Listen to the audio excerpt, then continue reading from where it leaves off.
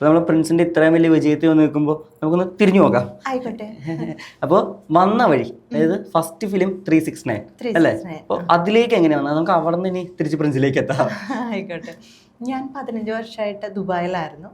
അവിടെ finance മാനേജറായും HR മാനേജറൊക്കെ ആയിട്ട് work ചെയ്തുകൊണ്ടിരിക്കുകയായിരുന്നു. അപ്പോൾ അതിൻ്റെ ഇടയിലാണ് നമ്മുടെ ഫാമിലി ഫ്രണ്ട് ഫാത്തിമ മേരി ഒരു ഫിലിം എടുത്തു, 369 എന്ന് പറഞ്ഞിട്ട്. അപ്പം അതിലേക്ക് എനിക്കൊരു അവസരം തന്നു, ഒരു 4 സീൻ ചെയ്യാനായിട്ട്. അതായിരുന്നു എൻ്റെ ഫസ്റ്റത്തെ സിനിമ.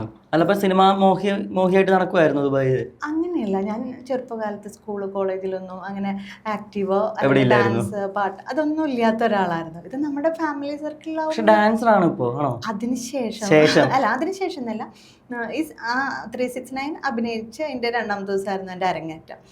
ആ ഒരു കലാരംഗത്തേക്ക് ഞാൻ കുറച്ചൊരു ഗ്യാപ്പ് എടുത്തായിരുന്നു. മോള് 10ാം ക്ലാസ്സിലായപ്പോൾ റിസൈൻ ചെയ്ത് ആ ഒരു ഗ്യാപ്പിലാണ് ഫിലിം ചെയ്തതും ഡാൻസ് പഠിച്ച് അരങ്ങേറിയതും. Okay, break എടുത്തൊന്നുമില്ല. എൻ്റെ മോൾക്ക് 10ന് നല്ല മാർക്കില്ലേ? അത് കേട്ടാ മതി. ഉണ്ട്, അവളിപ്പോൾ ആർക്കിടെക്റ്റിന് പഠിക്കുന്നു. അപ്പോൾ നല്ല മാർക്കുണ്ട്. അതോടുകൂടി ഞങ്ങൾ പിന്നെ അവൾക്ക് ഇവിടെ അഡ്മിഷൻ കിട്ടിയപ്പോൾ ഞാൻ അവിടെ നിന്ന് നാട്ടിൽ പോന്നു. ഇവിടെ ഇപ്പോൾ സെറ്റിലായി. ഫിലിമുകളും ആഡുകളൊക്കെ ആയിട്ട് ഇപ്പോൾ മനോരമ ചാനലിൽ ആഡ് ഉണ്ട്, മാതൃഭൂമി ചെയ്തു. അങ്ങനെ ആഡുകളും ഫിലിമുകളായിട്ട് ദൈവം സഹായിച്ച് കുഴപ്പമില്ലാണ്ട് പോണു.